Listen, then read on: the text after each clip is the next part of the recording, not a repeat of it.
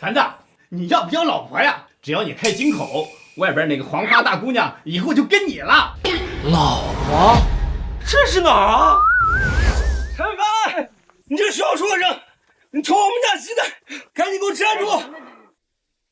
老三，你们家母鸡一天下1个蛋，我拿2个蛋怎么了？啊！再说，我把你家母鸡都给偷了。臭小子，你给我站住！我穿越了，如今是1983年的大灾之年，元神因为平日里在这桃花村里偷鸡摸狗，人嫌狗厌，因此家中断粮没人接济，最后被活活饿死了。哎呀，凡子，你还愣着干什么呀？这是柳枝，隔壁桃源村老柳家的闺女，下边2个弟弟，家里穷的揭不开锅了，他爹让我给他找个人家嫁了。村里边就你小子的年龄合适，有啥想法？生的倒是好看，可惜啊，我现在连自己都养不活了。这大灾之年，人人都填不饱肚子，我哪有余力再给家里面添一口饭啊？村长，你让他从哪儿来就回哪儿去吧。求求你了，你行行好，你收下我吧，我什么活都可以干，我吃的也很少的，我不会给你添麻烦，我求求你了。如果再没有人肯收我的话，我爹他就要把我嫁给隔壁村的王瘸子，他已经打死3任老婆了，我求求你了，求求你了。岁大鸡，人相识，这话可真不是随便说说。这年头，人人自谓天也吃人，地也吃人了。好感度系统已觉醒，绑定对象柳枝。宿主可通过提高柳枝好感度获得系统奖励。目前柳枝好感度0。系统？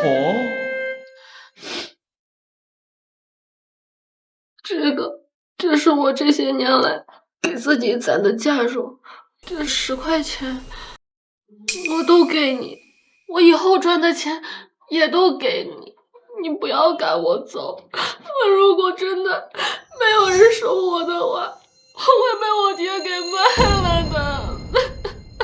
那，你别哭了，钱我收了，你留下吧。你说的是真的吗？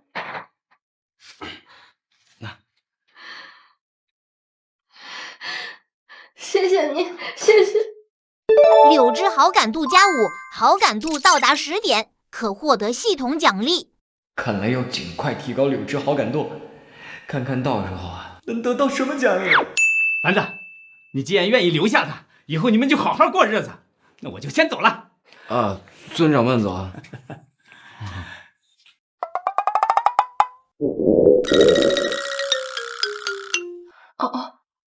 我现在就去做饭。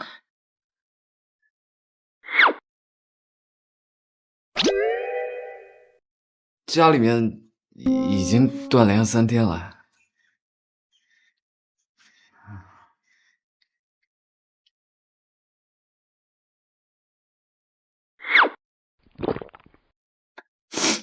这个给你吃，是我从家里带出来的，你先吃吧。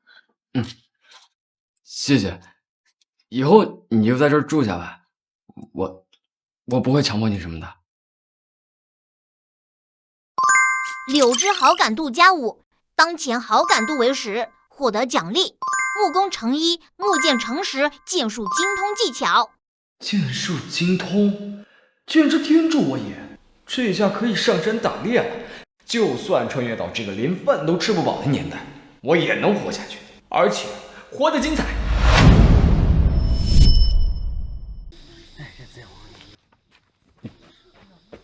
吃饭上山啊？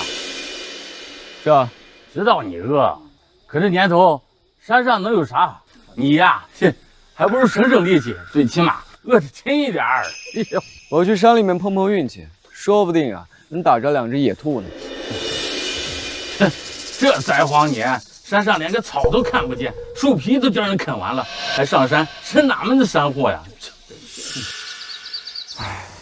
找了半小时，毛都没找到，难道我穿越过来就要被饿死啊？野兔，太好了，天无绝人之路啊！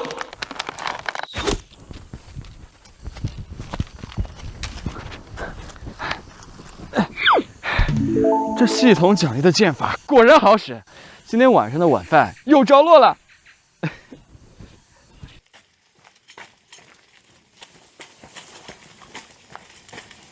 哟，思凡，这么快从山上下来了？托你的福，运气不错，在山里面打着2只野兔子，今天晚上有肉吃。切，让你小子走了个狗屎运，捡了2只野兔，我们家已经3个月都没吃上肉了。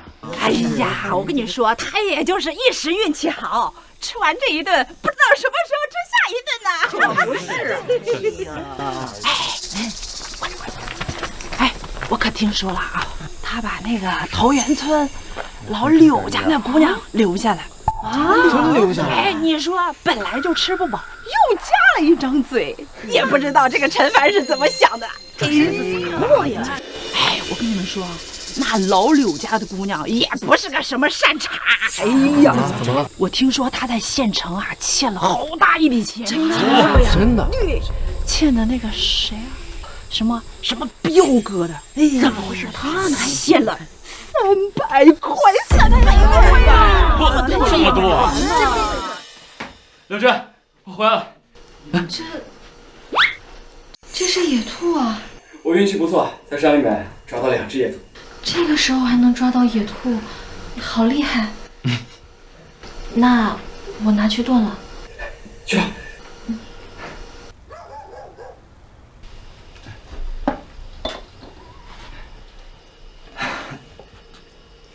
愣着干什么？吃饭啊！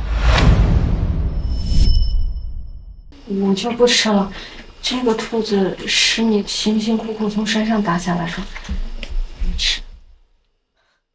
2只兔子我吃不完，浪费了。坐下。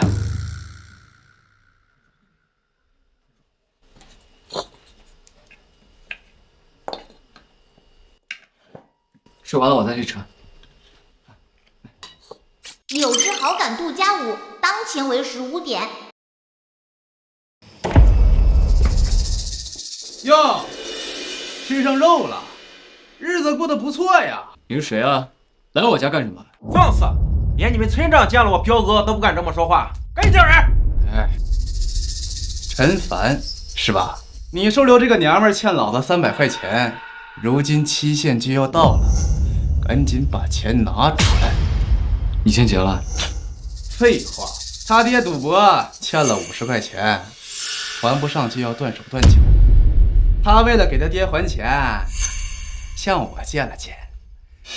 如今利滚到现在，一共300块，要么交人，我把它卖到窑子里边还钱；要么赶紧把钱拿出来。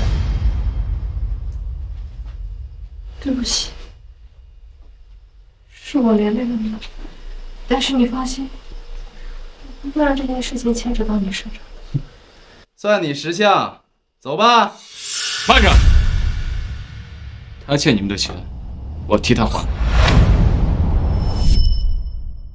你要帮这个娘们儿还钱，真是好大的威风啊！300块，你这点加点儿够吗？这不还没到最后期限吗？我用我的人头做保证，3天之内，300块钱一定会1分不少。我要你那破脑袋有屁用啊！3天之后你要是还不上钱。 你死！你这个宅子也是我。我们走吧。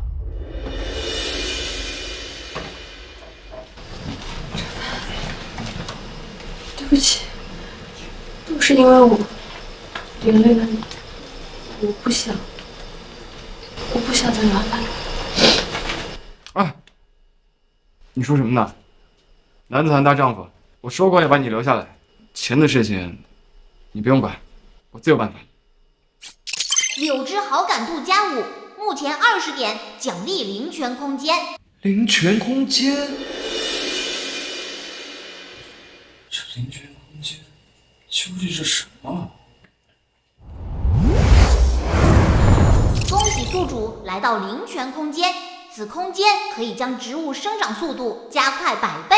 灵泉之水有改善体质的效用。这么逆天！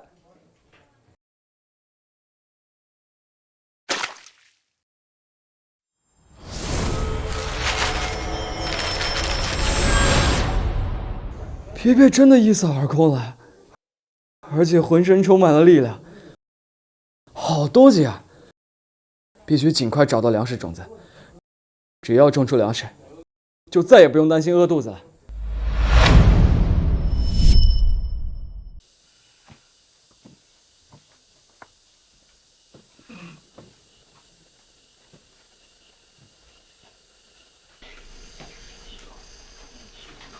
你醒了？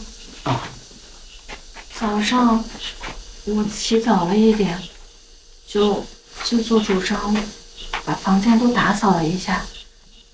这个是我早上去山上摘的野菜炖的野菜汤。你吃吧。怎么就一碗？你的呢？我吃过了，你吃。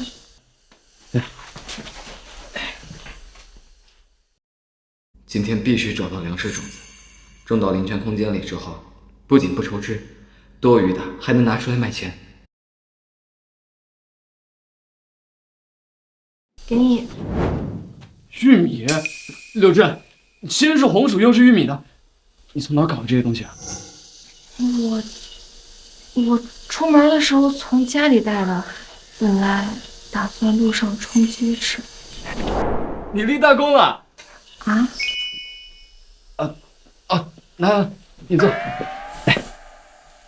你吃，这个谢谢你。有了这个东西，我保证我们以后有吃不完的玉米。你不吃吗？你吃。小玉米，小玉米，快快长大，能不能成，可就全靠你们了。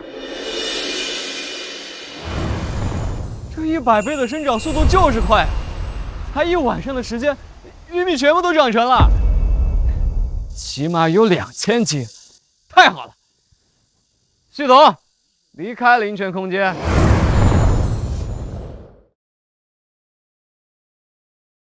家里边没有粮食了，我现在就上山去采一点，饭可能要晚一点才能做。不用去了。这玉米你没吃吗？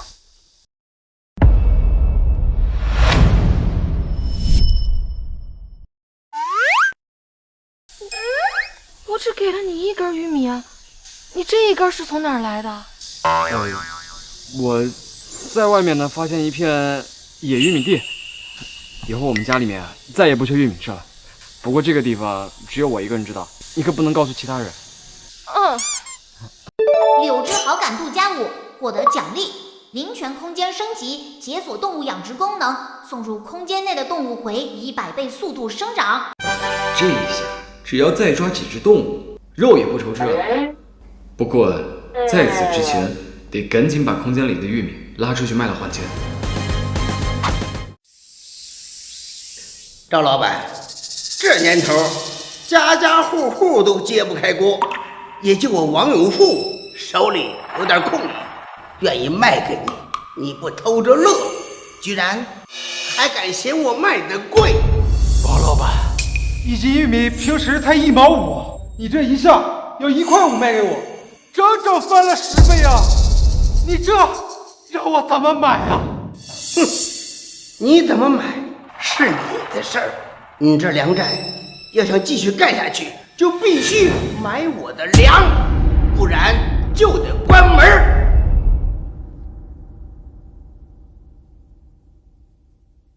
老板，我那儿呢有将近2000斤的玉米，收不收？1毛5一斤，保证便宜。真的？你要真有这么多，我一定收。臭小子，捣什么乱？现在谁家还有2000斤的玉米？不能不代表我不能啊！玉米就在外面，跟我出去看看吧。哇，真有这么多玉米啊！哇，真有这么多玉米啊！怎么样，老板？我玉米都拿过来了，收不收啊？收，1毛5一斤。我称一下，一共多少？把钱结给你啊！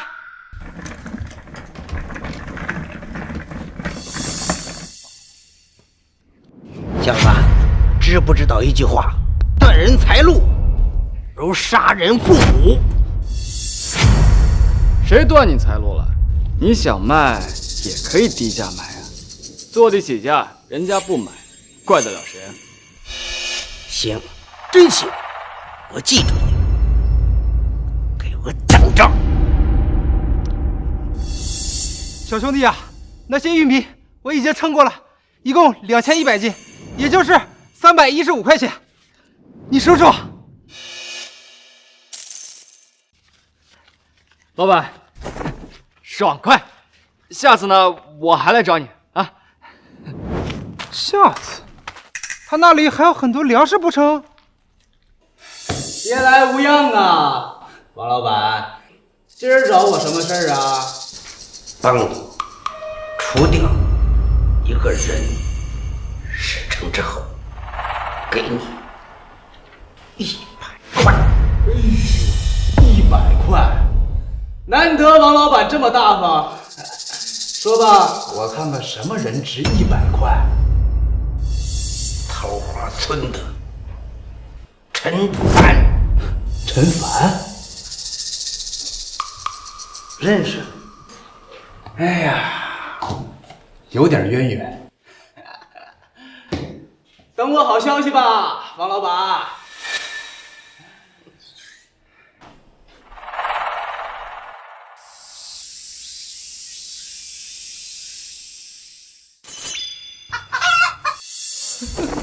本想到山上碰碰运气，没想到居然碰到了一只山鸡，必须抓活的。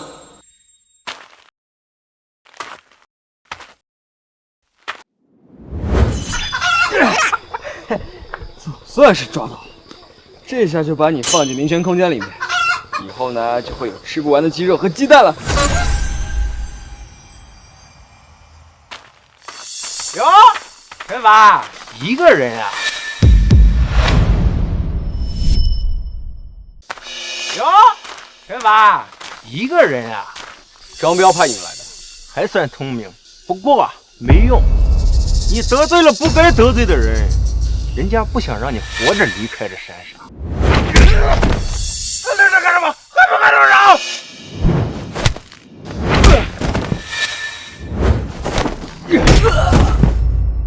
！KO！ 喝了灵泉空间水的身体就是不一样，1打3都能轻松应对。说，张彪为什么派你来山上对付我？想知道啊？没门儿！不说是吧？那就准备永远留在这山上。别！我说，是县城一个老板让彪哥来对付你，彪哥派我们来找你，他去你家找柳枝那个婆娘了。什么？找死！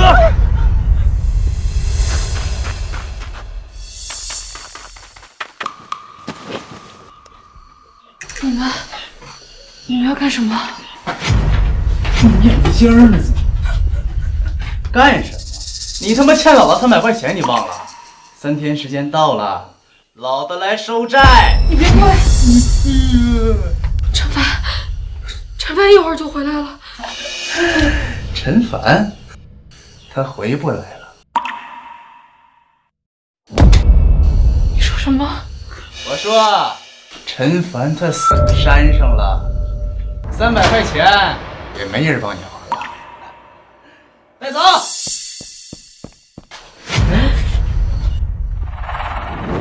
没人帮你还钱，你不是还有这身皮呢吗？长得这么漂亮，先让老子爽一遍，等老子爽完，再给你卖窑子里边去，到时候咱们就两清了。带走！我看谁敢动他！陈凡，我看谁敢动他！陈凡，我在。陈凡，你居然还能回来！彪哥，这么想我死？那高利贷的300块钱，你不想要？居然能从山上活着回来，有点本事啊！拿钱吧，拿不出来钱，照咱们前2天说的，你死。这房子也是我的。没事，冷静。哎呦，哎呦呦呦，真能拿出来啊！怎么，不点一点？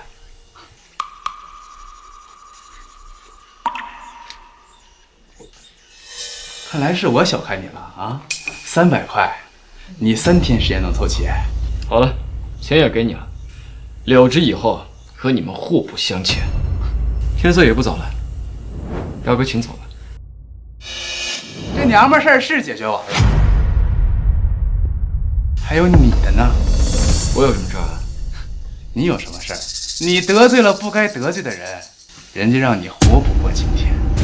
他给的钱，我实在是不好拒绝呀。张彪，你不要太过分了。陈凡明明已经都把钱还给你了。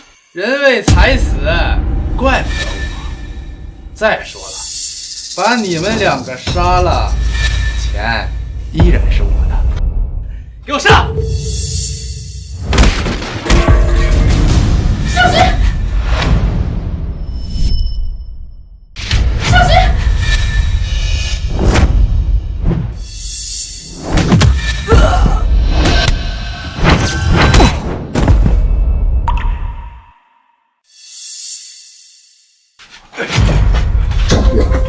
我一而再再而三的给你机会，给你机会也不中用。你要干什么？你敢动我，我劝你掂量掂量。我怎么敢动手呢？我只不过是一个平平无奇的小老百姓。不过你把我的家具都给弄坏了，赔偿我500块钱。我们商量一下赔偿的事宜。这堆破烂你要我500块？怎么不赔啊？怎么敢消遣老子？信不信我？哎，疼！赔还是不赔？哎，疼！我赔！赶紧给峰哥拿钱！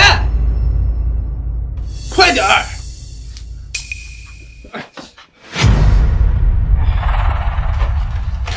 陈凡，算上你给我的300块，一共500块，我能走了吧？算你识相，滚了！陈凡，这次算老子我栽了，你给我等着啊！我们走。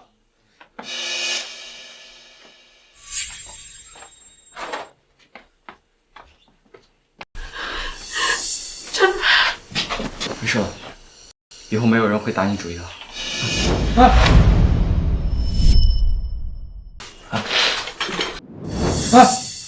你干什么？谢谢你。如果不是你，我真的，我不敢想接下来会发生什么。你说的什么话啊？是你给了我动力，才能去养家。我们这个呢，叫做相依为命。柳枝好感度+5，奖励粮食种子大礼包。总算有粮食种子了，接下来呢，就在林泉空间里种田，再把粮食拉出去卖了赚钱，日子总算好起来了。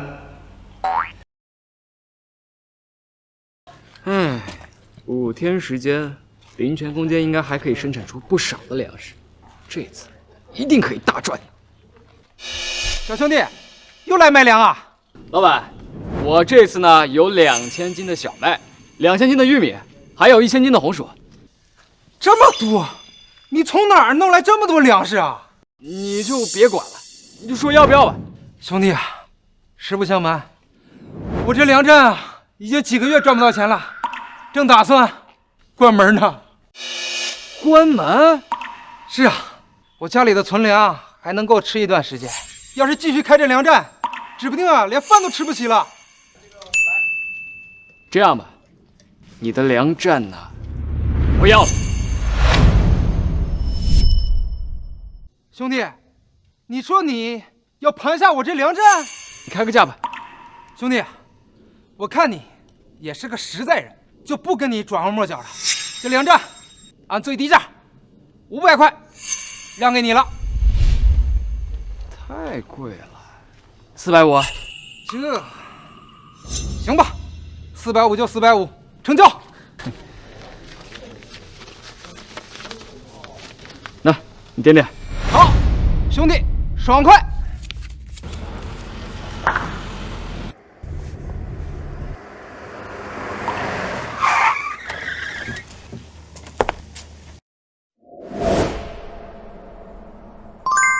好感度系统绑定对象沈雨薇，宿主可通过提高对方好感度获得系统奖励。目前沈雨薇好感度0。这系统好感度绑定，竟然不止一个人。沈老板，您来了。我在酿酒厂里，现在需要大量的小麦和玉米酿酒，你这还有多少？沈老板，我这粮站刚盘出去了，现在老板是这位小兄弟。兄弟，这位沈雨薇沈老板，青州城最大的酿酒厂就是他的，和我们粮站也有不少合作。这样，你们聊，我就先走了啊。哎，这位老板，你来收粮啊？是啊，不过你这粮站刚盘下来，你手里有粮吗？哼，他当然没有。整个青州城如今能给你那酿酒厂供得起粮食的人，只有我一个。整个青州城能给你那酿酒厂供得起粮食的人，只有我一个。又是他。沈老板，我知道你签了一笔大订单，但库存不足，急需大量的粮食来酿酒。现如今也只有我手里的粮食能帮你。王永富，我知道你手里粮食多，但如果你还像上次一样1斤玉米报价1块5，那这事儿我们免谈。沈老板，这都好说，既然你不肯接受1块5一斤，那我就换2块钱一斤，如何？王老板，你是觉得自己说的话很有趣是吗？有趣？哈哈哈哈哈！当然有趣了。我实话告诉你，我还知道你签的订单日期马上就要到了，时间一到你酒交不上，你就得赔10几万块钱的违约金。跟10几万块钱相比，这2块钱一斤的玉米便宜多了吧？2块钱太贵，我收不了。哼，沈老板，这好说，你就等着赔违约金吧。哈哈哈哈哈！你们2位是不是把我给忘了？沈老板，这王永富的粮食卖的贵，可是我的便宜啊。我呢，就按照市场价卖给你，1毛5一斤，怎么样？你手里有粮食？你手里有粮食？有，当然有。沈老板，你想要多少呢，就有多少。沈帆，你开什么玩笑啊你？前几天刚卖了2000斤的玉米，你手里还有存粮？我粮食多不行啊。一派胡言！今天我把话撂这儿，你手里要是还有存粮，我就给你跪下认错。好，这不是你说的，看好了。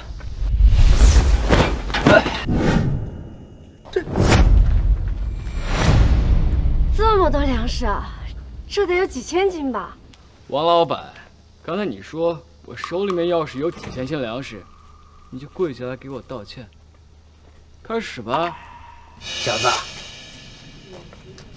得饶人处且饶人，不要太过了。你找人收拾我的时候，怎么不说得饶人处且饶人啊？我告诉你，我盯上你了，以后你的粮食就想卖出去一点，滚吧！你，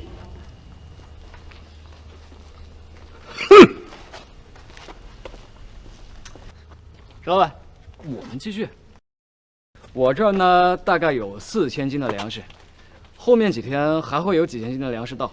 你若是需要的话呢，可以提前预约。好啊，那我现在就让我们厂里把车开过来，把粮食先带回去。不过陈老板，既然你有这么多粮食，不如我们合作一半，如何？沈老板，说来听听。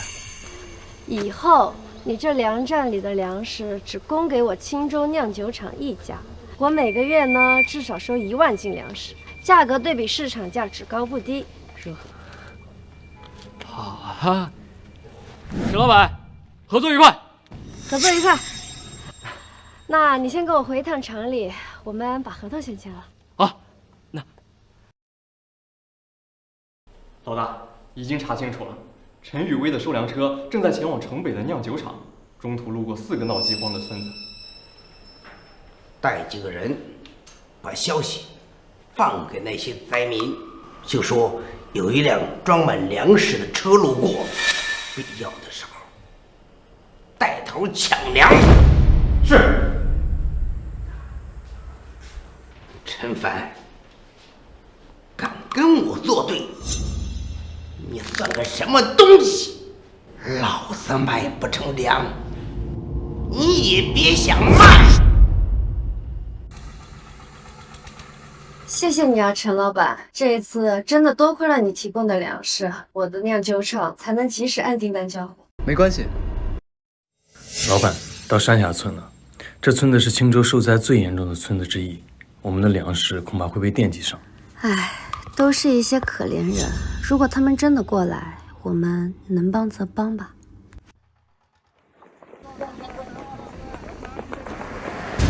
老板，我们被灾民围住了。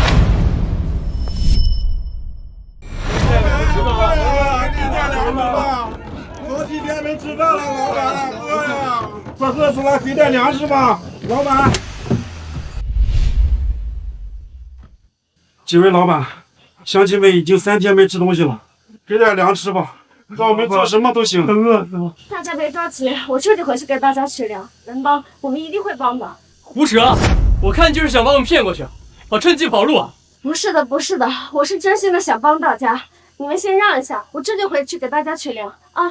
我才不上你的当，除非你让我带着乡亲们自己去搬粮食。这不用说，你跟他说再多也没有用，他是王永富的人。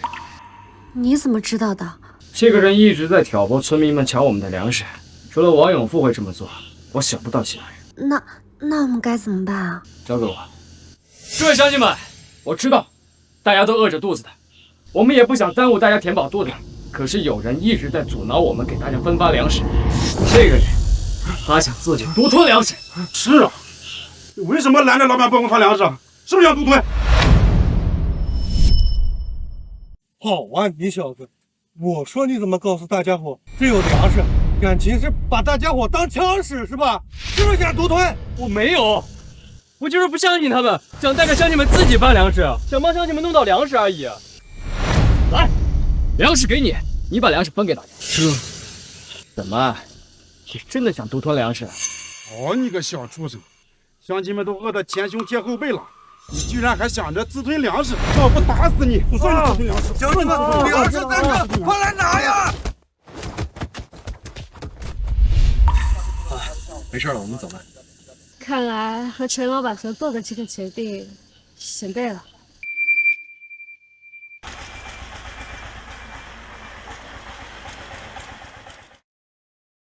雨薇，事情我都听说了，你们回乡下带粮的时候没什么事吧？没事的哥，这一次多亏了陈凡。陈凡，这是我哥沈建国，治安队队长。哥，这位是陈凡，粮站老板。这一次啊，多亏了他，我们才能平安带着粮回来。沈雨薇好感度+5，奖励名酒最先酿2瓶。这次奖励是酒，我也不喝酒了。没事就好。那你们先忙，我先回局里了。哥，你等一等。哥，你比我年长几岁，我就叫你哥吧。你们等我一下。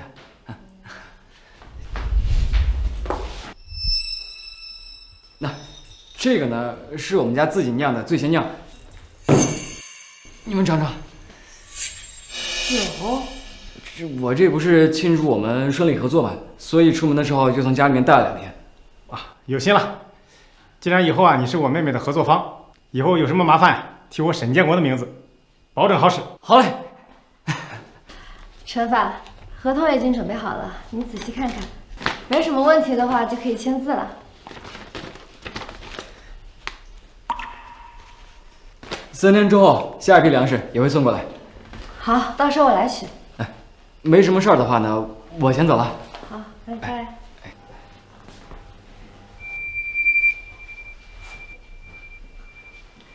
给酿酒厂送酒啊，这小子有点意思啊。还挺香，这个酿造技术不错呀。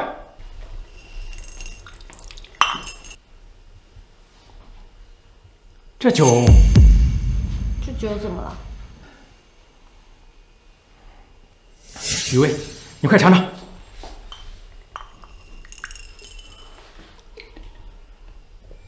苦酒。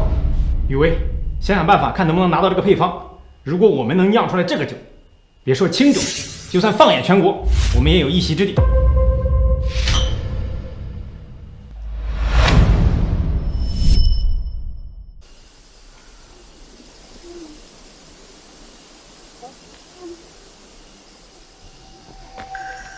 陈凡，你怎么还在外面啊？我看天这么晚了，你还没回来，就想出来等等你。天这么黑，你不怕呀？你回来了，我就不怕。手怎么这么冰？没事儿，不冷的。走，我带你回家。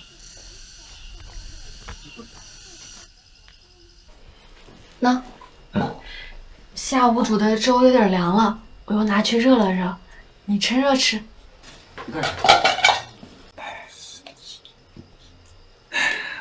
哦，对了，这个，这是我这些天做手工挣的5毛钱，给你。不用，我用那500块钱呢，盘了一个粮站。这个可是今天1天的收入呢。这1000块，1000块钱太多了，我不能要，你拿着吧。你说好。明天呢，你跟着我去粮站帮工。咱们这个房子呀，太破了。等我攒够了钱，我们就盖新房，换新房住。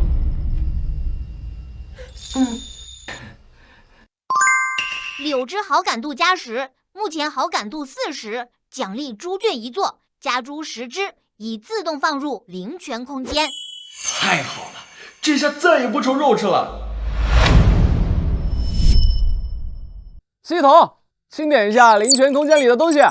目前灵泉空间共有薏米、小麦、水稻、红薯各10亩，白菜、萝卜、南瓜5亩，家猪20头，山鸡10只，鸡蛋50颗。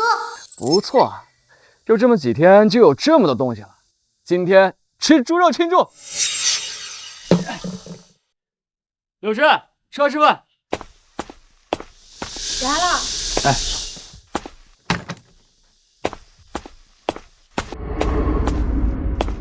这是肉。这个呢，是我昨天在城里面买的猪肉，赶快吃。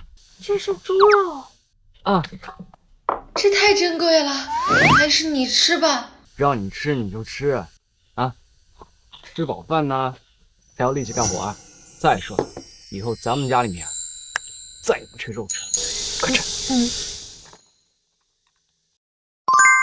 柳枝好感度加5。哎呀，肚子都饿2天了。我也是，哎呦，什么味儿这么香啊？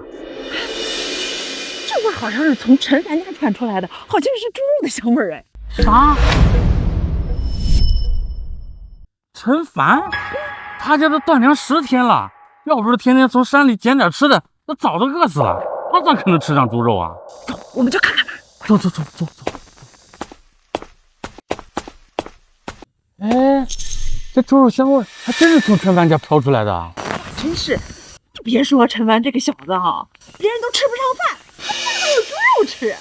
就是啊，进去看看，都是一个村的，去大家蹭点肉吃，那不叫咱吃啊？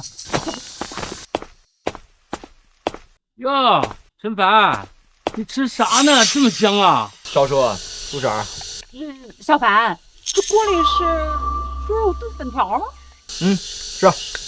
陈凡啊，你这日子可是越过越好了呀！你看，这肉都吃上了，咱们乡亲啊，这3个月都没尝过肉味了。哎，你看看，咱那午饭还没吃出来，赵叔还没吃饭呢。对，没吃饭，你们就赶紧回家吃饭啊！小凡呐，我实话实说吧，从昨天晚上你赵叔和我都没有吃饭，你看你们家还有多的饭没？你想吃嘛就直说啊！刘志，你给赵叔和刘婶盛2碗饭去。好。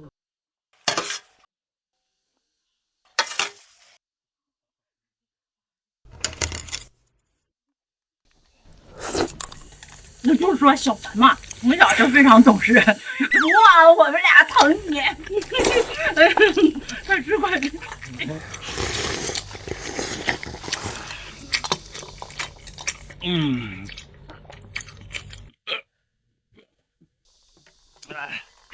舒坦。这肉啊吃的真香啊！陈凡，你看这锅里还剩这么多肉呢，你俩又吃不完，这剩来到时候给乡亲们分了呗。连吃带拿呀，人怎么能不要脸成这样？陈凡呐，你爹妈死得早，你吃的是百家饭，要不是我们呐，你早死了。要不给我点猪肉，就当孝敬我们了。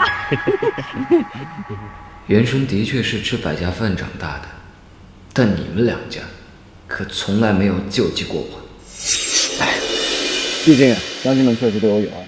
赵叔、刘婶，实不相瞒，我们家里面其实还有500斤猪肉。500。这样吧，你们就去把乡亲们都叫过来，我今天就把猪肉给大家分了。哎呀，这也太好了吧！我们把大伙叫来。好。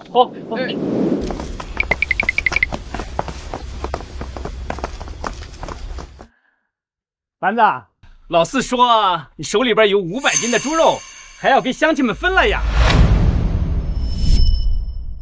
就是村长，陈凡说了，他要把500斤的猪肉都分给大家。陈凡，你还不赶紧把你的肉都拿出来吧？赵四，人家小凡愿意把肉分给大家伙已经不错了，你催什么催呢？各位，猪肉呢就在这儿，我陈凡能有今天，全靠各位的救济，所以我今天就把这猪肉啊按户分给大家，报答大家的恩情。凡子真是长大了，也不枉我把媳妇儿给你送过来。来2个人，把肉给分了。好，大猪过年了！给我的。来，谢谢村长。给我快点来！说你长大了，村长。小凡啊，多亏了你，大家才能吃上肉，谢谢你啊！我就知道小凡一定有出息。哎，到我们了，快让开呀！啥呢？你这真是的。村长，小凡，我们的肉呢？陈凡，那我的肉给我吧。什么肉啊？赵叔啊，不是，这肉不是给你们吃了吗？啥？我什么时候吃过你的肉了？那不是你让我们吃的吗？那我不管，这肉我刚才说了，我是按户分的。哎，你们要是拿了，其他家怎么办？哎，赵老四都就放，合着你们已经去陈凡家吃过肉了，现在又来问人家要，你们要不要脸？说什么？陈凡从小是吃百家饭长大的，没有我们的帮衬，他能有现在？他就是白眼狼。够了，人家陈凡吃百家饭不错，但从来也没有吃过你们两家的饭吧？这乡亲们都是看在眼里的。就是，平时对陈凡抠搜的要死，现在还有脸找人要肉吃，真不要脸！哎呀，你们都有肉，就我没有肉，你们欺负我，我不。好了，来，拉出去！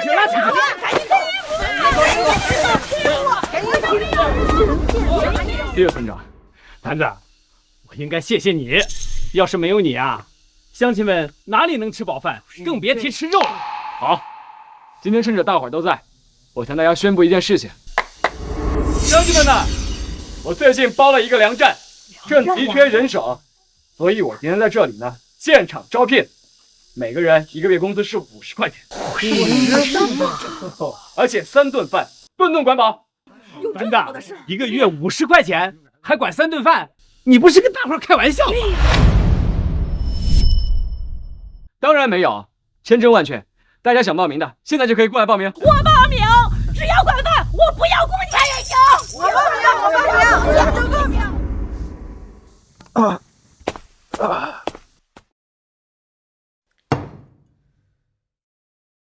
陈凡，你今天是不是在分发猪肉的时候就想着要给大家伙儿在粮站安排工作啦？邹敏，真是没想到这么快就当上大老板了。没想到啊，这么快你就当上老板娘了。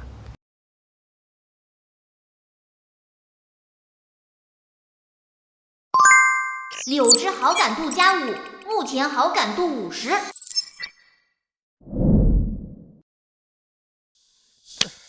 太难了，又输了。先去站上啊，再来一把。我就不信今天手气有这么差。老柳啊，你这打牌输了，老实记账，能赔得起吗？上次你欠的钱还是你闺女柳枝给你填上的。哎，老柳怎么可能还不上呢？你没听说呀？柳枝嫁了个好人家，光给村里分猪肉分了500斤呢，可是个有钱的主啊！啥？分了500斤猪肉？不玩了，走。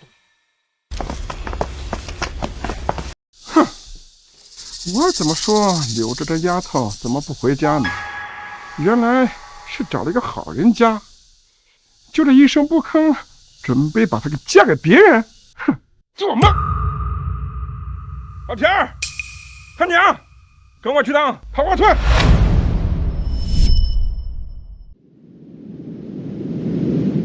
爹，你不是说姐姐住进了一个有钱人家吗？这看着也不像啊。管他有钱没钱，想娶你姐必须给钱，否则休想。说的对，给姐的彩礼钱，那还得给我留着娶媳妇呢。走，进去。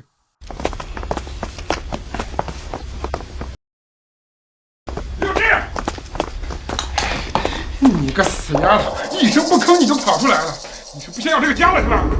你们是柳枝的家人？不然呢？你们来也不早告诉我一声，我好出去接你们。来，一块吃饭。爹，有肉！闭嘴！你个没出息的东西！陈凡是吧？这10里8乡的都知道我闺女和你住在一起，你必须娶她你。当然，叔，你们今天来就说这件事吧。陈凡，你既然想娶我闺女，一句话，给我拿50斤猪肉，一点都不能少。就是陈凡，你既然想娶我姐，那不得意思意思？我们家就给你要了50斤猪肉，这不过分吧？不过分。快去实现。不过娶我女儿，这50斤肉还不够。就是，不说3转1响，一个都不能少。我们还要1000斤粮食，1000块钱彩礼，我们才能把闺女嫁给你。我去，是大太好了。陈凡，你不要管我，你千万不能答应他们。臭丫头，你给我闭嘴！我们现在做的不都是为了你吗？这万一以后你和陈凡在一起受欺负了，除了我们，谁能帮你啊？就是陈凡，你要是不答应，我们今天就把闺女带走，让你一辈子娶不着媳妇儿。看来柳枝家里并不是我想的那么和平。叔，婶，您这是卖女儿呢？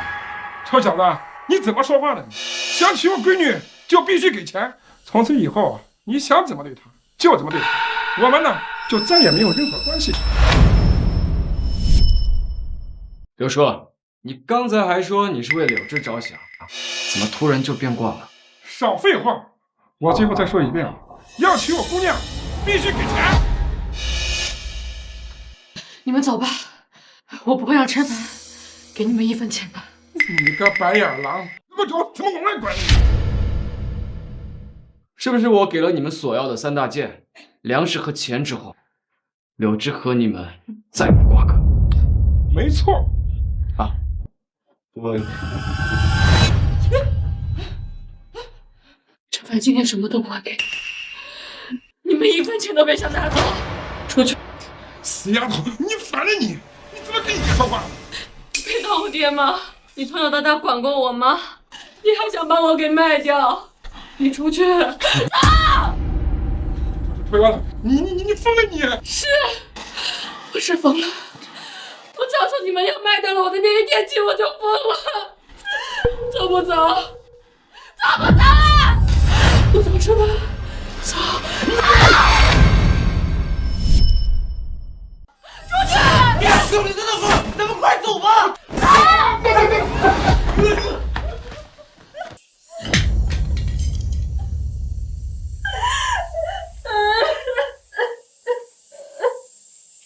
好了，别哭了。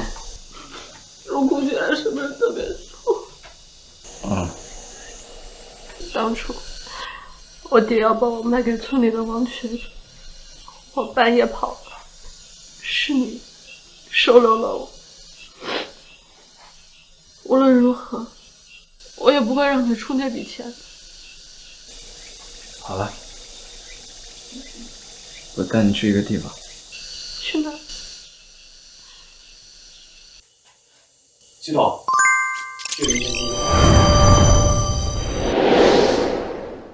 这个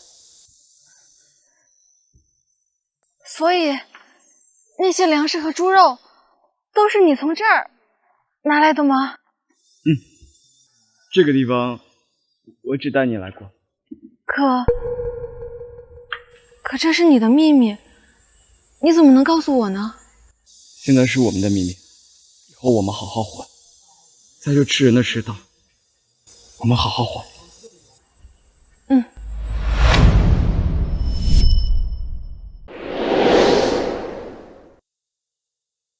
明泉空间是我们2个人的秘密，我们不能告诉任何人。你放心吧，我不会跟任何人说的。小凡在家吗？小凡，昨天不是说让乡亲们去你那粮站干活吗？乡亲们都过来了，你看咱啥时候过去？这么快？走，我们现在就去。各位乡亲们，这位呢就是沈老板，是咱们粮站的合作商。待会儿啊，我们就把手里边的粮食呢送到沈老板的酿酒厂里面去。好，没问题。待会啊，我就带大伙过去，大伙一定要注意安全。放心吧，沈老板，大伙保证把粮食安稳送到。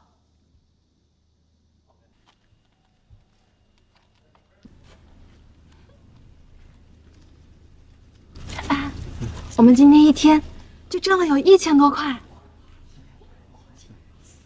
陈凡，你真是有本事，乡亲们跟着你，跟对了。对，没错，是大家厉害。一会儿啊，我带大伙去吃饭，大家想吃什么就吃什么。今天我请客。好。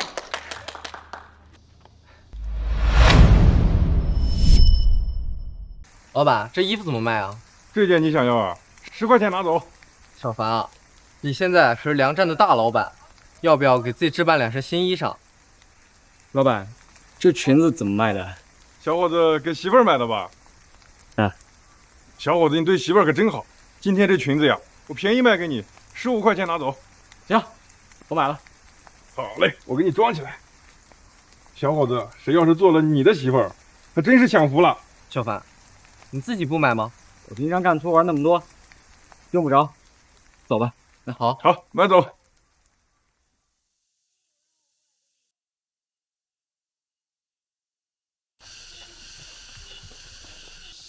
陈凡，这么晚了，你怎么还在外面啊？你说和李叔去赶集，这么晚了还没回来，我就出来看看。打开看看。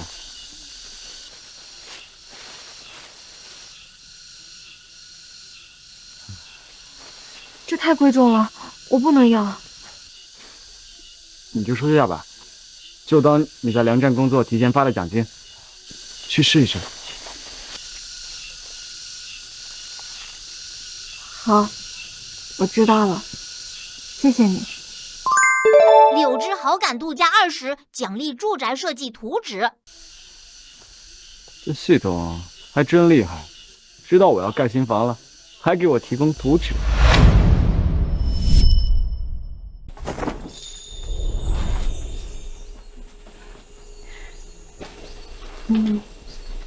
不好看吗？好看，好看死了。谢谢你，我从小到大还没有穿过这么好看的新衣服。这日子总归是越过越好的。你说的对。不过，如果不是遇到了你，别说新衣服了，我恐怕早就被我爹买给隔壁村的王瘸子了。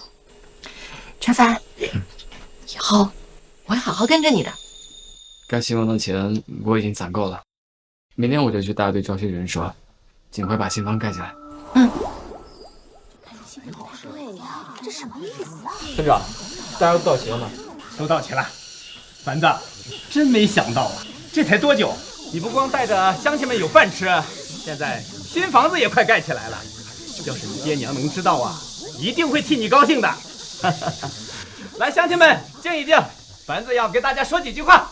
乡亲们，我家呢最近准备盖新房，大家家里面有砖头、瓦片什么的，都可以拿过来，我出钱收。小凡，你让乡亲们去你粮站里干活，又是给钱，又是管饭的，这盖新房说什么都要帮忙。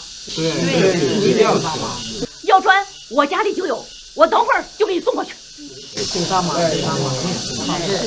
那好，凡是来帮工的，每个人每天都是10块钱的工钱，而且顿顿有肉。又给钱，又管饭，还顿顿有肉吃。你吹什么牛啊你？哎呀，陈凡，你说给你家盖房子，又是给钱，又是管饭，你坑乡亲们不能这样坑啊！赵叔，我怎么就坑乡亲们呢？你家的情况你不知道啊？前些日子还饭都吃不上了，要不是侥幸在山上打头野猪，吃了2顿饱饭，前几天把猪肉都分给乡亲们了，你家还有啥呀你？就是，我说乡亲们呐，你们就别白费力气了，别回头累死累活干一天，连饭都吃不上。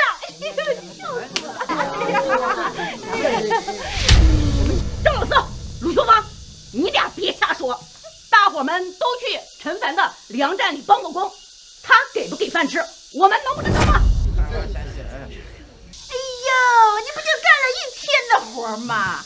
陈凡那小子呀，和县里的那个领导商量好了，专门坑你们拉过去做苦力，再赏你们点饭吃。什么人呀？你看你们把这吹得跟什么似的。行了，就算是半口饭，你们2家给了吗？凭什么让我家给？不给吃就少说2句。前段时间，凡子又是给大家送猪肉，又是帮大伙找工作，大家是有目共睹的。就算是不给饭，大家伙也得过去搭把手是吧？对。凡子，走，干活去。好，走，谢谢大家。说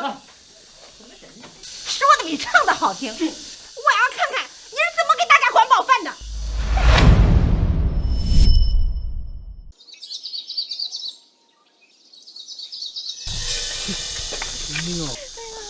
这一帮傻子啊，这么卖力的干，一会儿陈凡不管饭，我可是饿死你。就是，我说陈凡呐，一会儿最多给你们吃点青稞面。你说你们干活都没力气了，吃点那有啥用啊？哎呦，赵老师、陆秀芳，你俩不干活能不能别在这说风凉话？再说，陈凡是那么不地道的人吗？得了吧啊！他以前就是个混子，整天偷鸡摸狗，这少偷你家鸡蛋了啊！你帮他说话，脑子是不是被驴踢了？哎，陈凡以前就是个混子，你们以为他上山打了头猪，人就变了？哎，我今天把话撂这儿，一会儿他如果给你们吃半块窝头，我把那些砖都吃了。哎，老四，你闻闻什么味儿？哎，什么味儿这么香啊？哎，我觉得像一股肉味儿啊。是。乡亲们，下午再干活了。柳枝把饭做好了，我们今天中午啊吃猪肉炖粉条，每个人管够。小凡，你做了猪肉炖粉条啊？哎，小凡，你不会骗我们吧？今天中午真有肉吃啊！哎呀，大家对我这么好，我怎么可能会亏待大家呢？那今天不仅有猪肉炖粉条，还有鸡蛋汤、玉米面、棒子面，都管够。这么丰盛！这又有菜又有肉，自从这3年开始，我就再也没吃过这么好的了。是，都是。这个啊，都是柳枝做的。来，我们来尝尝柳枝的手艺怎么样？好，来。哎呀，这个陈凡还真养出了这么多粮食啊！你看，还有肉有菜的。走，我们去尝尝去。走。哎，老四，咱们俩今天也没给他干活，一会儿会不会把咱俩给赶出来呀？赶？这么多菜，根本就吃不完。都是一个村的，我就不信他不让人吃。走。来，婶儿辛苦了。应该的，真香啊！要我说，小凡娶你这个媳妇娶得值。有句话叫什么来着的？哦，叫上得厅堂，下得厨房。对。皇上，赶紧吃吧，不够再给你盛。好嘞。哎，谢谢。不错。好，辛苦你。今天辛苦了。这些都是我应该做的，不辛苦。陈凡，给我盛碗猪肉炖粉条啊！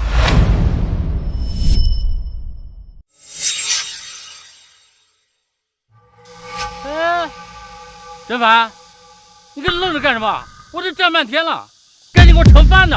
赵老四，你和陆婶不是说我不管乡亲们的饭吗？所以不来，现在怎么来了？哎呀，小凡，我跟你开玩笑呢。你看你这儿这么多饭，也不差我们这2口吧？滚一边去！干活的时候不见你们，一点活不干，要饭要的倒是及时。就是，啥活不干，吃饭第一名。陆秀峰，你刚才不是说小凡真是能拿出半个窝头来，你就把这些砖头都吃了？小凡现在又是拿肉又是拿菜的，你不得把这些砖头全都得吃了？你们，我们不就是来晚了吗？小凡，下午我们好好干。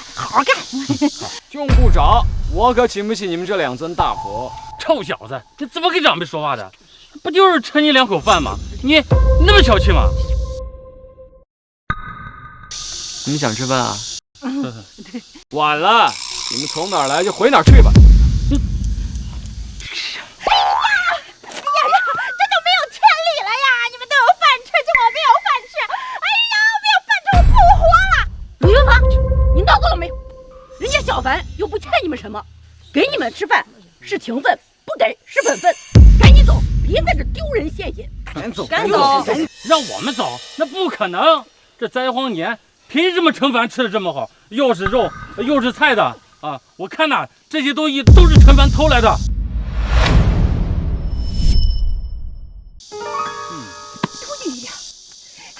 我说陈凡家为什么最近老是吃饱饭？这都是你偷来的。乡亲们呐，赶紧回家看看粮食少没少吧。瞎说！你说我偷东西，证据呢？证据？你从小就偷鸡摸狗的，这乡亲们谁不知道？这就是证据。你胡说，陈凡才不是那样的人呢。你说什么就是吗？你知道什么呀？我们都是从小看着陈凡长大的，你知道的多还是我知道的多？陈凡，你真是狗改不了吃屎！今天你要是不把粮食的来源解释清楚，我就报警抓你！就报警抓你！你去告啊！你去告！警察要是查出来我是清清白白的，那你就是栽赃诬陷，警察抓的人就是你。你又是怎么了？这是闹闹腾腾的。哎呀，村长啊，你可是来了！陈凡偷乡亲们的粮食，还说是他自己的，你可得替我们做主啊！陆秀芳，你说什么胡话呢？小帆是那样的人吗？再说了，咱村一共就这几十户人，谁家的粮食被偷了，那还不早就传遍了大街小巷？我一个做村长的，怎么会不知道谁家的粮食被偷了？啊，我知道了，你跟陈凡是一伙的，你收了陈凡的好处，所以你才包庇陈凡啊！赵老四，话可不能乱说，说我包庇陈凡，得拿出证据来。这里怎么了？哎呦，警卫员你可来了啊！这个陈凡偷乡亲们的粮食，给村长好处，叫村长包庇他，你可得给我们做主啊！赵老四，你个蠢货，给我闭嘴！怎么，我说的有错啊？你让乡亲们评评理啊！陈凡偷东西，是一点事儿都没有，凭什么？你陈凡是吧？村民举报你盗窃他人财物，请跟我们走一趟。啊？怎么会呢？会不可能。不是的，警卫员同志，我们的食物都是干净的，我们是被冤枉的。哼，陈凡是被冤枉的，那谁信呢？我信。要是我家丢了粮食，我怎么不知道？再说，现在全村都凑不到这一锅肉，陈凡他上哪儿偷去？就是没错，陈凡以前是不懂事，但那时候他毕竟还小，现在长大了，知道体恤乡亲们了。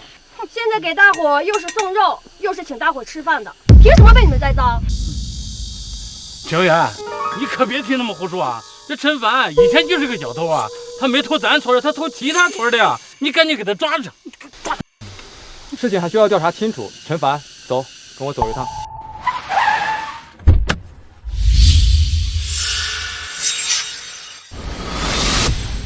住手！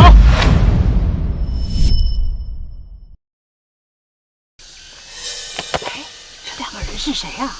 好像是开小汽车来的。不会是县里的老板吧？哎，他们找谁呢？没事吧？没事，沈老板，你们怎么来了？等会儿再说，先把这里的事情处理完。他们跟陈凡撑腰来了。着什么急呀？他们再有钱，能包庇小偷啊？这警卫员都搁这看着呢。这里是怎么回事？这是他们说这个叫陈凡的偷东西。哎，对，赶紧把他带走。还有村长，这个给陈凡撑腰的，他一定收了陈凡的好处，赶紧给他们抓走，让他们坐牢。你就这么是非不分，凭他们三言两语就不分青红皂白的抓人？嘿，你什么意思啊？这警卫员他想抓谁就抓谁，用得着你教吗？我看呐，你也是收了陈凡的好处啊！警卫员，赶紧把他也抓走！把他抓走！闭嘴！这怎么了？他是我们治安队的队长沈建国，你说他是非不分，包庇他人是吗？什么？什么？他是你们治安队队长？怎么？有什么问题吗？队长，刚才我说你包庇陈凡，那是我胡说的，你可千万别放心上啊！放心吧，不会往心里去的。不过你们说陈凡偷粮食，还要让治安队抓走他，证据呢？你证明不了陈凡偷东西，我能证明他没偷。陈凡已经和我妹妹的酿油厂达成了合作，每个月至少提供1万斤粮食。你说这1万斤粮食都是陈凡偷来的吗？这话是……就是谁能一口气偷1万斤粮食啊？我就知道陈凡一定是清白的，他才不会干这种违法乱纪的事情。对，警官，赵老四和陆秀芳他们2个栽赃陈凡偷东西，还报假警要抓他，应该怎么处理？诬告他人，栽赃陷害，把他们2个带走。是。哎，别抓我，我错了，再给我一次机会呀！这给他们劝劝，饶我们一回吧，陈凡。诬陷了，谁让老子饶了你？做梦！沈大哥，这次谢谢你，上次那2瓶白酒没白送。臭小子，我可不是徇私枉法的人啊！只要你自己是干净的，就没人动得了你。不过还是谢谢你们。你们今天怎么来了？陈凡，这里人多眼杂，我订了饭店，可这里不说话。好，你们等一下。各位乡亲们，这件事情已经解决了，大家该吃吃，该喝喝，咱们下午继续干新房。好，继续干。小凡，我们保证下午继续给你好好干活，你放心去忙你的就行。就是，大伙能吃上这么好吃的饭，多亏了陈凡。谁要是不好好干活，我跟谁急。没错，这饭真香，比我从小到大吃的都好吃，比外面现成卖的都香。对，大伙能吃到这么好吃的饭，这都是柳枝做的，这功劳是柳枝的。好样的，柳枝，手艺真好。没错，太好吃了。好，大家满意就好。满意，太好吃了。满意。就这样，我不在家这段时间，家里就要靠你了。你放心，你去忙你的，家里我会打理好的。柳枝好感度加10，奖励最鲜酿配方。最鲜酿配方。订的饭店就是这，石老板，你走吧。青城大饭店，这可是城里最贵的饭店，这个省真是不大。看来他是真的有很重要的事。走吧，石老板。啊，走。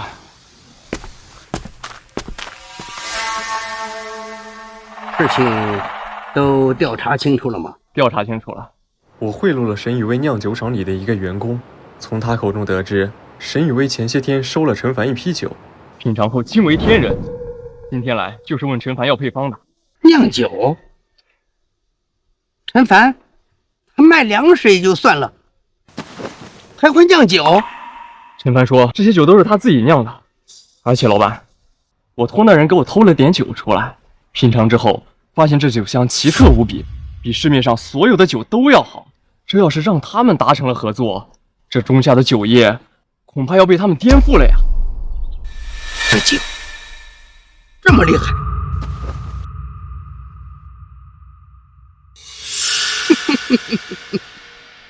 既然如此，咱们就去找陈凡，让他把配方交出来。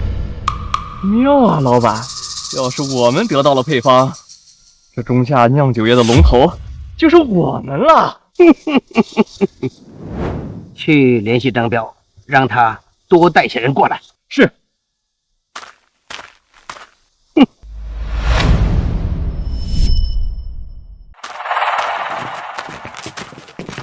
张彪，哎，我知道你和陈凡有些恩怨，现在他就在这里边吃饭，机会就摆在你的面前，要不要教训他？您自己看着办。这我知道，王老板。但是陈凡他好端端来这么大个饭店吃饭，他不过了，他不会是攀上什么大人物了？这您放心，他只是村里一个小瘪三儿，只不过抢了我的生意，卖粮食赚钱，就不知道自己姓什么了，所以才这么死命的消费。原来是这么回事啊，王老板。您放心，今天我连你的气儿一块儿出。我要是不给陈凡打个半死，我他妈就不叫张彪。接，来，兄弟们，跟我走。你们两个先坐，我去趟卫生间，一会儿回来。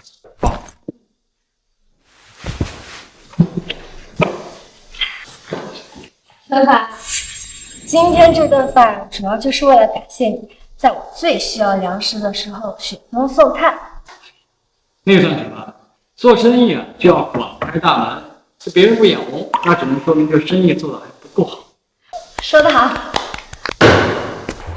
陈凡，陈凡，终于找到你了！老子今天要废了你！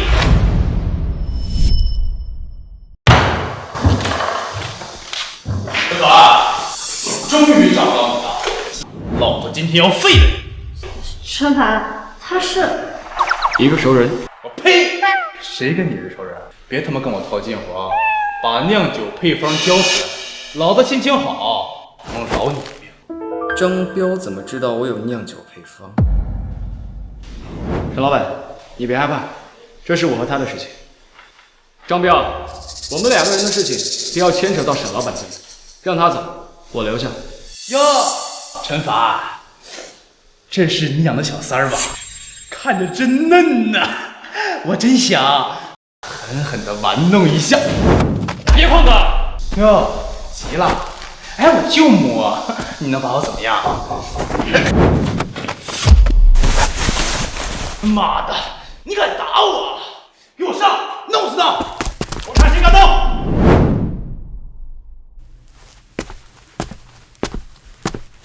张彪，刚出来就还想再进去？你谁呀？怎么跟我们大哥说话呢？怎么跟沈警官讲话呢？沈警官，哎，您怎么来了？哎，我这个跟老朋友叙旧呢。张彪，你带着一大帮人行凶，还敢伤了我妹妹，是不是眼睛里看不见法律了？没呀，沈警官，我哪敢呢？是我有眼无珠，我也不知道这是您沈警官的人呐。张彪啊，张彪，你别以为我不知道你和陈凡之间的事。陈凡，这陈凡难道还认识沈老板这种大人物？沈警官认识陈凡？张彪，你少给我装！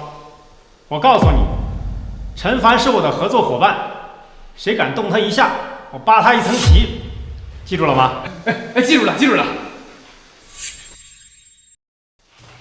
站住！我让你走了吗？来人，把他押回警察局，给陈凡兄弟出口气。愣着干嘛？知道让你们滚蛋是吗？沈大哥，刚才谢谢你，我一个人倒是不怕张彪他们，就怕没有护住雨薇受伤了。我知道你不用我帮忙，不过呀，我妹妹雨薇啊受到了惊吓，一会儿你可要自罚一杯啊。好。哎呀，陈凡把我保护得很好。来来来，我们都坐吧。来，坐。陈凡，我就不绕弯子了。我希望得到你上次那种酒的配方。这是看上了我的醉仙酿。您是想要醉仙酿的配方？系统之前的奖励真是醉仙酿的制作方法，现在正好用上。醉仙酿嘛，好名字哎！陈凡，我是真诚的希望与你达成合作，将你手中的醉仙酿发扬光大，卖到全国各地。陈凡，你可以考虑一下雨薇的提议。最近酒厂的效益并不是很好，受到其他酒业的挤压，还有王永富的打压。要是有你的醉仙酿加入进来，我想就以它独有的风味，一定能够挽救我们酒厂的。可现在这个情况，大家都吃不饱饭，怎么还会有人花钱买酒呢？你大可以放心，其实现在只有中州饥荒，其他地方不受影响的。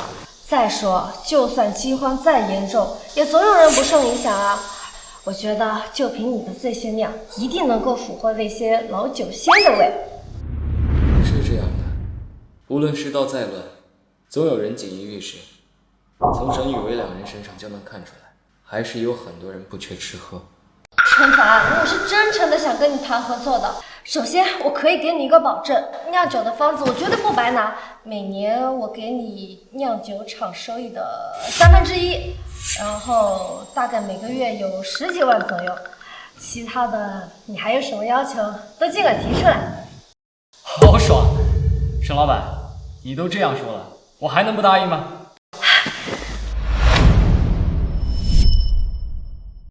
那事情既然定了，那喝一个，来，干杯！干杯！干杯！沈老板，你去把纸笔给我，我现在给你写下来。好。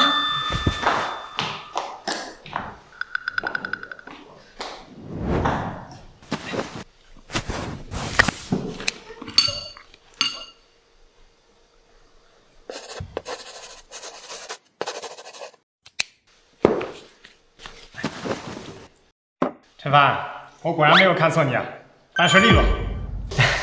来吃饭，吃饭。这张彪进去这么久，还不出来？嘿，出来了！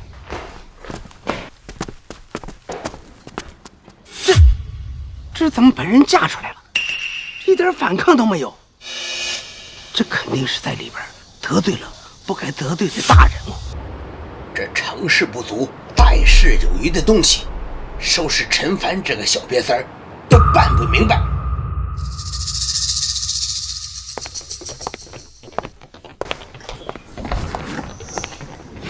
陈凡，有了你的加入，我们的酒厂一定能活过来。到时候啊，你就躺在家里数钱吧。好，我期待那一天。哼，还想让酒厂活过来？陈凡、申雨薇，你们给我等着！哼，我一定让你们付出代价。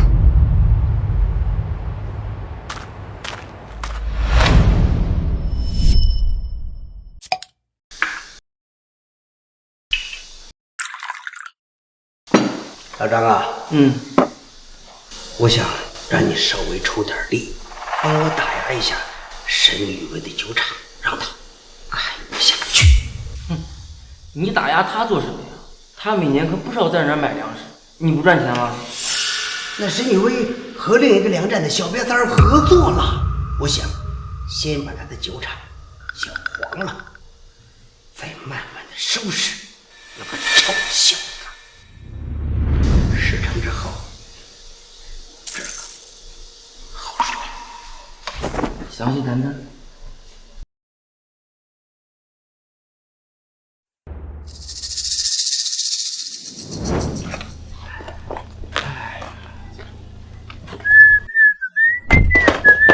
陈凡，你怎么来了啊？是因为醉仙酿的事啊？不是，我是今天是来想问问你，你能不能搞到一头猪啊？一头猪？现在全县里面也没有人会买一头猪啊。刚得到消息，市场监管部的刘主任要发放员工福利，他在全县求购猪肉，都快急疯了。我知道你有猪肉，所以我赶紧过来告诉你。以后做生意难免要和市场监管部的人接触，要是能通过这送猪肉和刘主任结识一下，将来要是生意上遇见事情，总不至于没人能说上句话。好，我现在呢就去拉一头猪，我亲自送过去。好。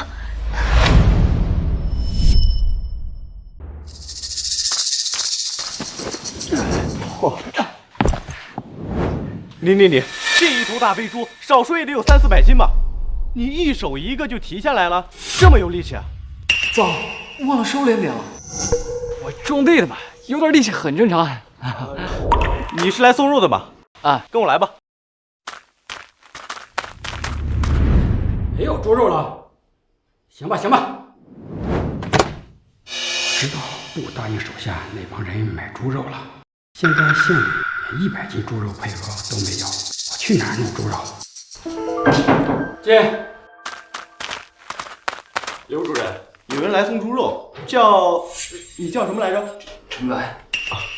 行了，反正也就是几斤猪肉的事儿，蚊子腿也是肉，带他下去结算吧，不用给我汇报了。刘主任，陈凡送来了一整头大肥猪。一头大肥猪，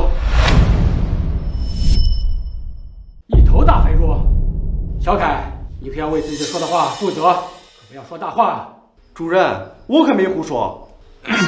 那个刘主任，我确实带了一头大肥猪，那只大肥猪大概350多斤，您要是不信呢，可以去院里面看看。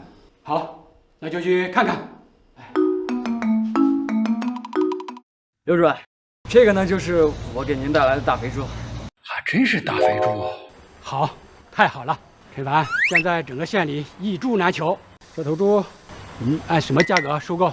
虽然是为了和刘主任打好关系才送来的猪，到时候我可不能不要钱，这样反而会害了刘主任。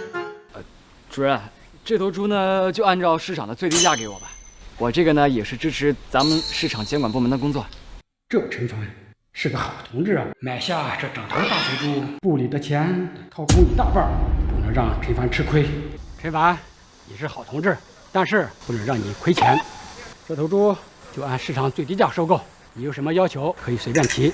不行就在市场监管部给你安排职工的位置。谢谢主任抬爱了。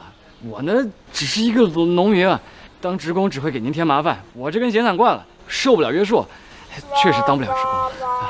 这陈凡连职工都不当，有点意思。陈凡，你还不知道吧？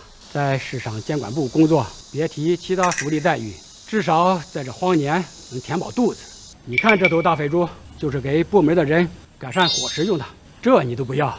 主任，您就别再说了。真不知道现在年轻人是怎么想的，你自己说说吧，不要不过分，我老刘满足你。刘主任，说我没有想法，其实是假的。我呢是一个商人，我就想要一个公平。做生意背后难免会有人使绊子，我就想要一个公平竞争。怪不得不愿意来我这市场管理部呢，原来是有自己的生意。不错，年纪轻轻就有自己的事业。我作为市场部的主任，今天在这给你保证，只要在我工作能力范围内，遇到什么不公平的事儿，我都可以为你做主。好，谢谢主任。是我应该谢你。小凯，撑住，给陈凡结账。得嘞。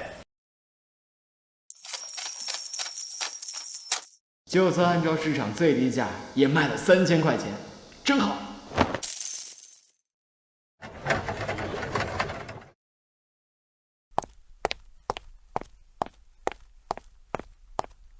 喂，你怎么还在这儿？陈凡不好了，出大事了！陈凡不好了，出大事了！你不着急，慢慢说。酒厂，市场监察部的张科长说酒厂的机器流程不达标，把酒厂给封了。难道又是王永富在背后搞的鬼？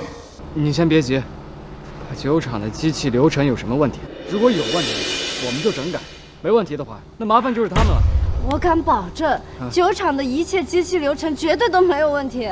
那你放心，没事了。哟呵，陈凡，还有心思安慰别人呢？你的粮站可是有大问题。王老板，你是看我粮站的生意太好，来向我祝贺的？哼！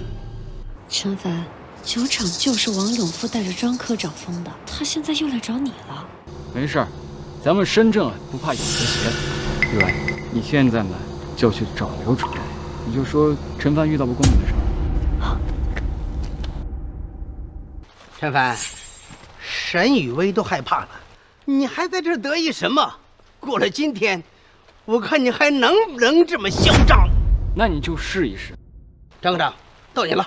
我是市场监察部的张科，有群众举报你的粮站涉嫌扰乱市场、破坏市场规则。现在要求你立刻关闭粮站，否则的话，我们将对你采取强制执行措施。市场监管部给我的罪证还真多呀。不过关闭粮站这种事情，你不会真以为一个科长就能够决定的吧？你不怕我找你们的刘主任告你的状吗？陈凡，你的粮站关闭之后，自然会有人来跟你定性。我只是先来一步。关闭你的粮站，一切合法合规。你不要拿刘主任来压我。那不行，没有条子，谁也不能关闭我的粮站。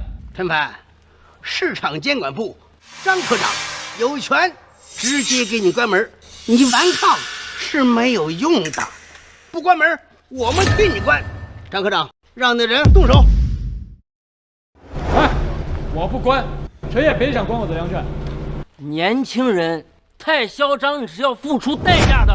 陈凡，干嘛要作死啊？我要是你，就老老实实的把粮站关了，接受处罚。态度要是好一点，说不定……闭上你的嘴！我的粮站业务繁忙，没有功夫陪你们在这儿瞎折腾。你们从哪儿来就回哪儿去吧，我还要挣钱呢。年轻人可不要太气盛啊！不气盛还叫年轻人吗？你们今天谁都动不了我。放屁！陈凡。还谁都动不了你，你以为你是谁呀？陈凡，我执法局要查封一个个体户，还没人敢说一个不字儿。今天我不仅要查封你的粮站，你也得跟我走一趟。张科长，你好大的官威呀！张科长，你好大的官威呀！刘主任，您怎么来了呀？刘主任怎么来了？刘主任不可能是为这样的来的，可能只是凑巧和沈雨薇坐在了一辆车上。刘主任，他这个粮站涉嫌违规操作，我们现在就要查封这个粮站，让他回去反思反思。我正开着会呢，被一个小姑娘请来，一来就看到你们要查封陈凡的粮站，怎么？没有我的批条，你们就可以私自行动了吗？不是，刘主任有其他原因。不管什么原因，陈凡规规矩矩做生意，什么理由查封的？那个什么，刘主任，啊，回去写一份检讨，没什么事的话，回去吧。走。陈凡，又见面了。刘主任，今天真是麻烦您了，要不是您啊，我这粮站说不定就关门了。我说过，只要是我能力范围内，你有什么不公平的事儿，我都可以帮你解决。陈凡这小子，竟然和刘主任有关系。刘主任，今天这事儿啊，多谢你了。王老板，还愣着干什么？还不走啊？啊，你准备把你的粮食都卖给我粮站啊？陈凡，你别得意。刘主任，您今天刚好在这儿，我实名举报，我举报王永富恶意竞争、坐地起价。这粮站原本是赵老板的，就是被他逼得干不下去了，才把粮站盘给我的。去查，如果属实，绝不姑息。说，刘主任，你可不能听他胡说呀！他是栽赃陷害我，他陷害我，你们不能抓我，不能抓我！陈凡，小子，你给我等着，等着！带走。刘主任，您看，又麻烦您了。应该的，为维护市场秩序，本是我的职责。好了，我就先回去了。哎，刘主任，你等一下。这个呢是100斤的肉票，这是我提前就为您准备好的。这是我提前就为您准备好的。老超，这可不行，我帮你不是为了这个，我收回去。主任，我今天呢其实有一个不情之请。这位呢叫沈雨薇，沈老板，也是我的合作伙伴。我们最近啊在准备合作酿酒，可前2天我们的酒厂被你刚才那位带走的科长给查封了。原来是这么回事儿，沈老板，你放心，这件事儿一定给你们一个清白。刘主任，今天我呀怎么都不会让你和兄弟们白跑一趟。那这100斤肉票就当是给兄弟们买肉吃了，你就别推辞了。你小子懂行。行了，以后有什么麻烦事就去市场管理部找我。哎，慢走。怎么样？事情解决了吧？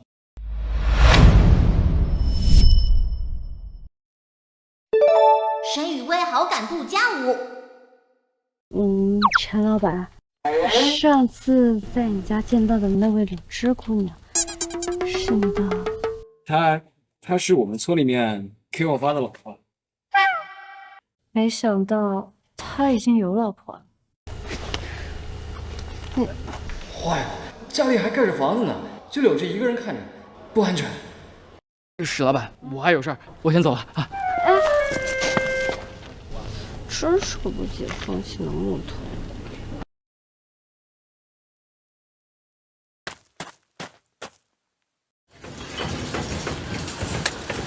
小花，哎，你过来。没想到柳枝还有这本事。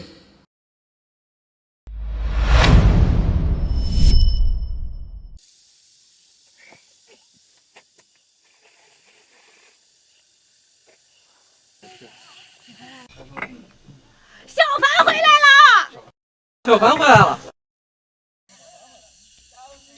大家辛苦了。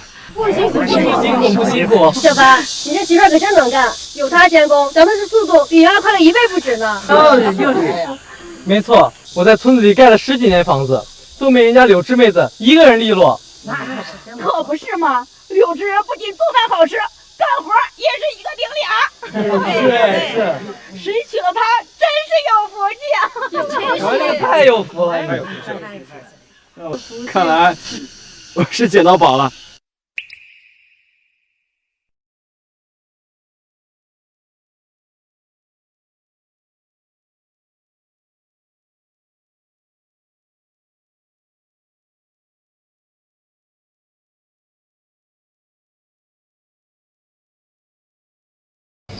不错，不错，柳枝，这么长时间，我们终于有一个属于自己的家了。嗯。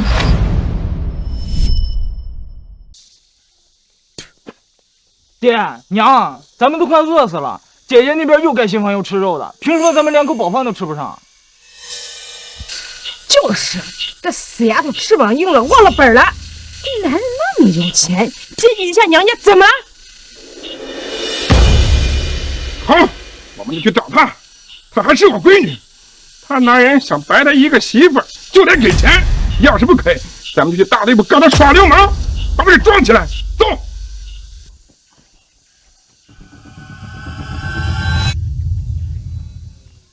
我做梦都没想到，我这辈子竟然能住上这么好的房子。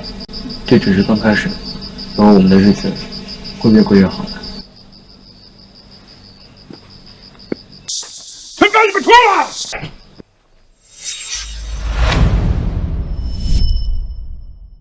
陈凡，你们错了！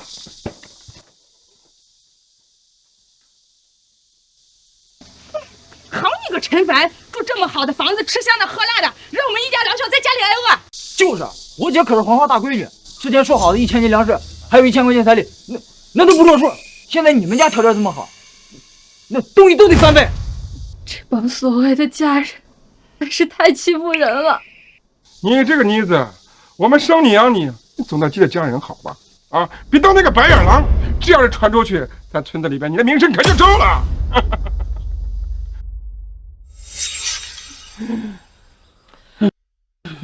给我滚！滚！你这个死丫头，竟敢拿刀吓唬你亲爹亲娘！我就不信竟敢动手！今天要是不给钱，我们就不走了。你，哎呀，没天理了！女儿要杀爹娘了！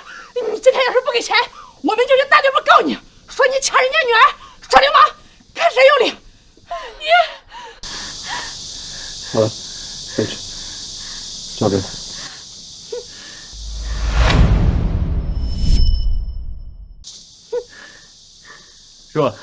是，你们的要求我都答应。那还不赶紧拿出来！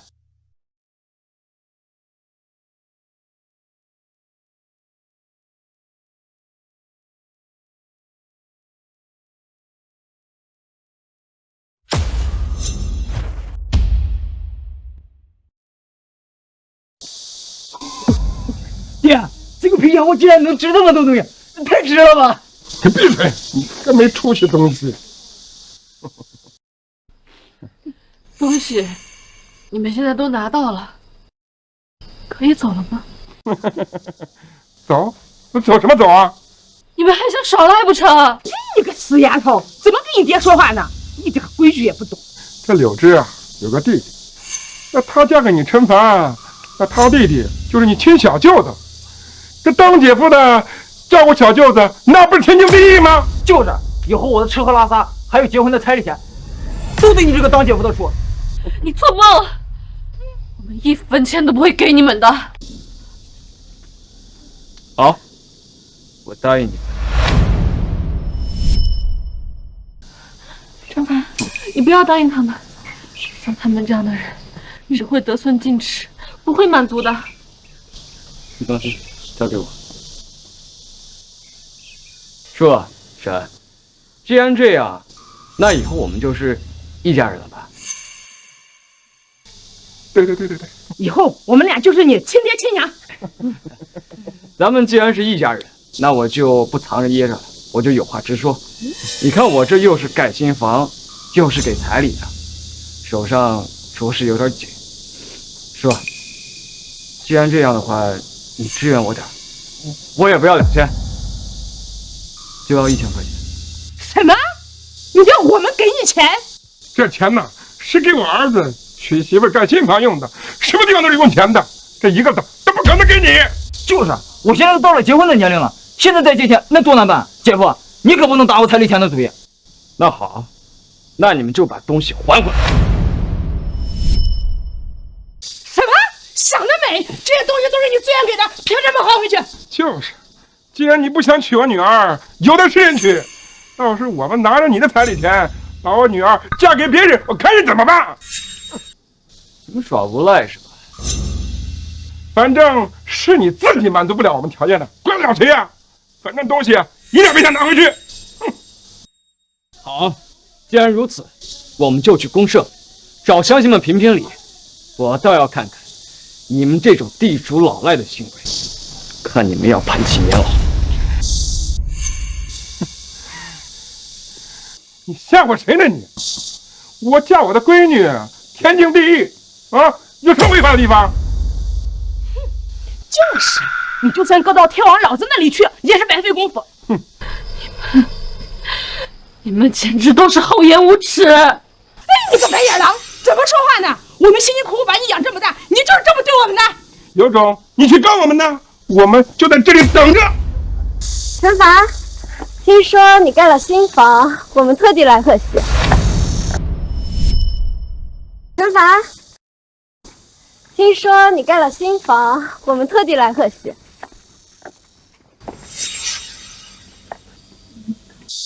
哥，你又想娶我姐，这些东西也得给我们。你们这是怎么回事？是这样的，陈凡，你放心，今天这个事情啊，我一定给你一个公道。我是中州市公安大队队长沈建国。你什么东西啊你？公安的，公安同志，这都是误会，误会。陈凡，这事情你决定。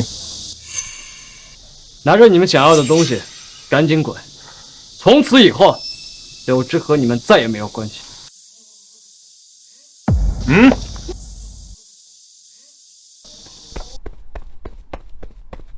建国哥，子墨，今天真谢谢你们了。都是小事。这样，我和雨薇还有事，就先走了。我送送你们。